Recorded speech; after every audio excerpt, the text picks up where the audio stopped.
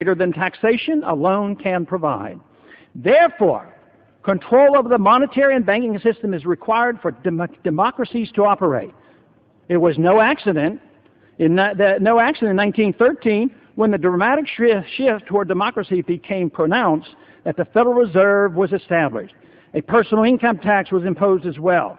At the same time, popular election of senators was instituted, and our foreign policy became aggressively interventionist. Even with an income tax, the planners for war and welfare knew that it would become necessary to eliminate restraints on the printing of money.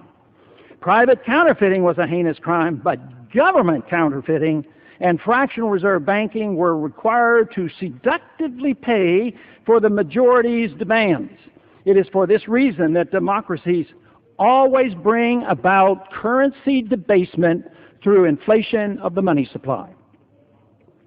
Some of the planners of today clearly understand the process, and others, out of ignorance, view central bank money creation as a convenience with little danger. That's where they're wrong. Even though the wealthy and the bankers support paper money, believing they know how to protect against its ill effects, many of them are eventually dragged down in the economic downturns that always develop. It is not a new era that they have created for us today, but more of the same endured throughout history by so many other nations. The belief that democratic demands can be financed by deficits, credit creation, and taxation is based on false hope and failure to see how it contributes to the turbulence as the democracy collapses. Once a nation becomes a democracy, the whole purpose of government changes.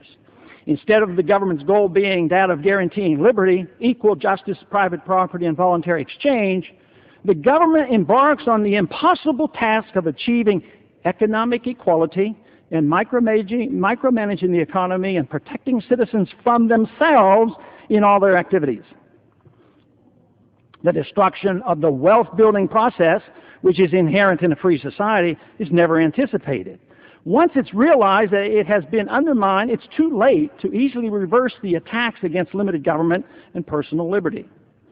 Democracy, by necessity, endorses special interest interventionism, inflationism, and corporatism.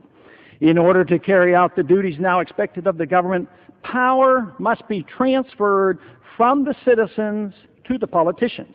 The only thing left is to decide which group or groups have the greatest influence over the government officials. As the wealth of the nation dwindles, competition between the special interest groups grows more intense and becomes the dominant goal of all political action. Restoration of liberty, the market, and personal responsibility are of little interest and are eventually seen as impractical. Power and public opinion become crucial factors in determining the direction of all government expenditures. Although both major parties now accept the principles of rule of majority and they reject the rule of law, the beneficiaries for each party are generally different, although they frequently overlap. Propaganda, demagoguery, and control of the educational system and the media are essential to directing the distribution of the loot the government steals from those who are still honestly working for a living. The greater problem is that nearly everyone receives some government benefit and at the same time contributes to the Treasury.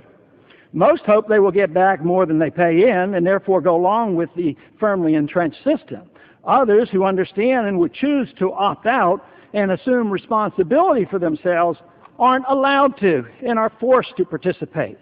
The end only comes with the collapse of the systems, since a gradual and logical reversal of the inexorable march toward democratic socialism is unachievable.